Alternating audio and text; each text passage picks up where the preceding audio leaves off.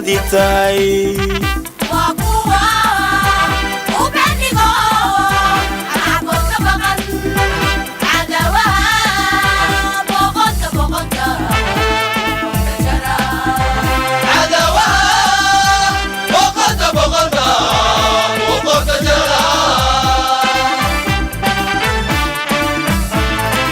amniga buuxa iyo gunaba bulshadu ku nagadi tahay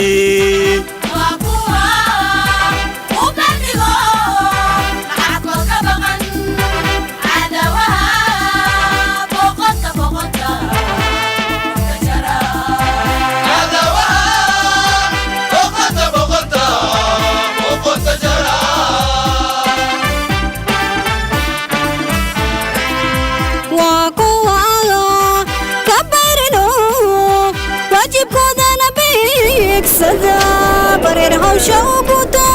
shayga amal marine waa mirka baariga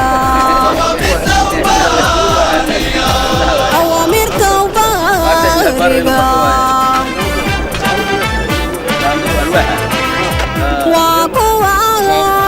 ka barino wajibkoodana beegsada bareer hawsha u guto shayga amal marine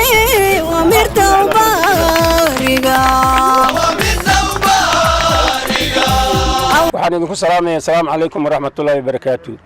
taliye waxa maanta oo bishu ay tahay 17 bishii sagaalaad 2016 farxad weyn ah inaan nagala soo qayb gasho furitaanka xarunta taraafikada xamar jajab oo aan dhibaato weyn u qabno waad aragtay xarunta aan hadda degannahay baabuurtii xumeyd iyo kuwii fiicnaa meel la kala dhagal waayay barnaanka waa ugu barya muxuu ay inta badidooda aniga warka aan ku dheeranayna waxa farxad weyn inaan noo furto waa noo furtay waxaan ku soo dhaweynayaa taliyaha ciidanka booliiska tafadal waxa ma hadda iskara ilaahay subhanahu wa ta'ala oo saakisi nabada ugu soo toosiyay diyaarno amaanta howl maalmeedkooda inay qabsadaan sida aad la socotaan horumarka booliiska Soomaaliyeed uu ku talaabsanayo ayadoo la fulinayo awaamirtii madaxweyne Xasan Sheekh Maxamuud oo ahayd in la dardar geliyo tayeenta ciidanka booliiska Soomaaliyeed ayaa maantana waxaan joognaa inaan isla degmada Xamar Jajab oo aan sanadkii horena aan ka dhagax dhignay saldhigga booliiska ee degmada Xamar Jajab maantana aan ka dhagax dhigno qaybta cusub ee taraafikada nabadgelyada wadooyinka taraafikada ee Xamar Jajab waxaa kaloo jiray inaan bishii horena sidaas oo kale duqa magaalada iyo gudoomiyaha gobolka ee anigaba aan ayadana dhagax dhignay saldhigga cusub ee degmada Waabari oo ayadana noogu deeqeen dhulkaas dawladda hoose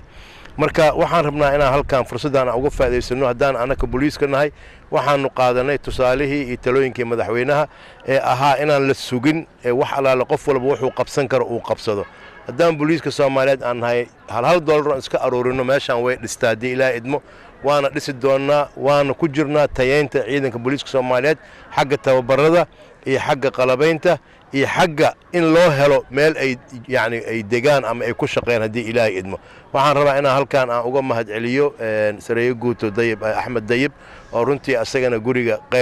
qayb noo baneeyay inaan u isticmaalno maadaama ay tahay meel muhiim ah marka runtii waa u mahad celinaa sidaas oo kale waxaan rabaa inaan u mahad celiyo hoggaanka nabadgelyada wadooyinka oo ayagana runtii diyaar u noqday inay lacag iska soo aruuriyaan lacagta maanta lagu dhagax dhigay ayaga ay bilaabaan taasoo anaka xataa na gelinaysa inaan anakana aan soo dadejino wixii aan ku talagal lahayn hadii ilaahay idmo marka intaas ayaan rabaa inaan halkaan munaasabadaan ka sheego assalaamu calaykum waraxmatullaahi wabarakaatu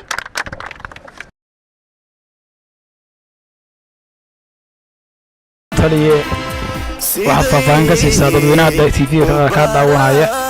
hawshaan maanta halkaan ka socota iyo dhagaxdhigga taliyuhu uu sameeyey dhagaxdhigga taliyuhu sameeyey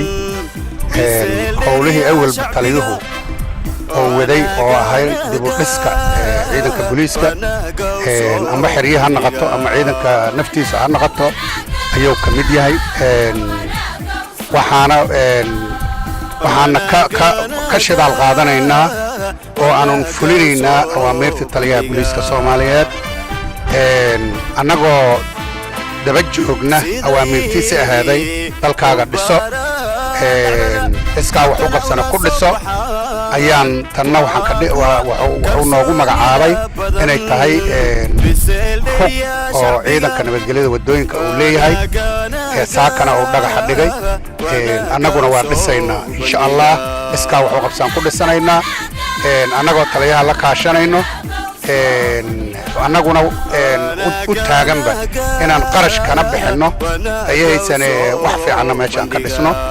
laguna furo sanad guurada soo socota ciidanka booliiska waya waxay ka qayb ka tahay dabcan dhismaha iyo ballaarinta xarumaha ciidamada wadooyinku ay ku leeyihiin magaalada Muqdisho marka xaruntan laga soo tago ma jiraan xarumo kale marka laga reebo xarunta dhexe waxaa jira iyaduna xarun kale oo ku taala jidka warshadaha oo dhul weyn ah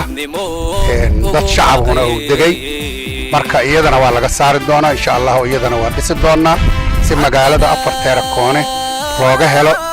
ciidanka taraafikada ee booliiska Soomaaliyeed maadaama magaalada ay kala fogaatay oo aad u weynaa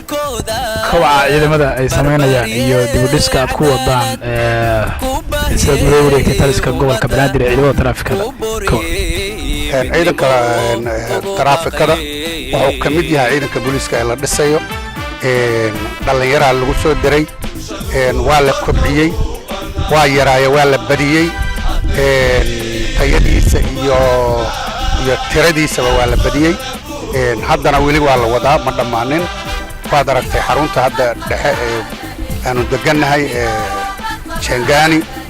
waad aragteen guri weyn oo dabaq ahaa laga dhisay oo ciidanka booliiska uu dhisay waa taladii iyo tusaalihii taliyaha booliiska Soomaaliyeed ee sanadka hore lagu furay sanadkaana tanaan ku furaynaa kan dambana waxaan ku furaynaa tanjidka warshadaha ku taal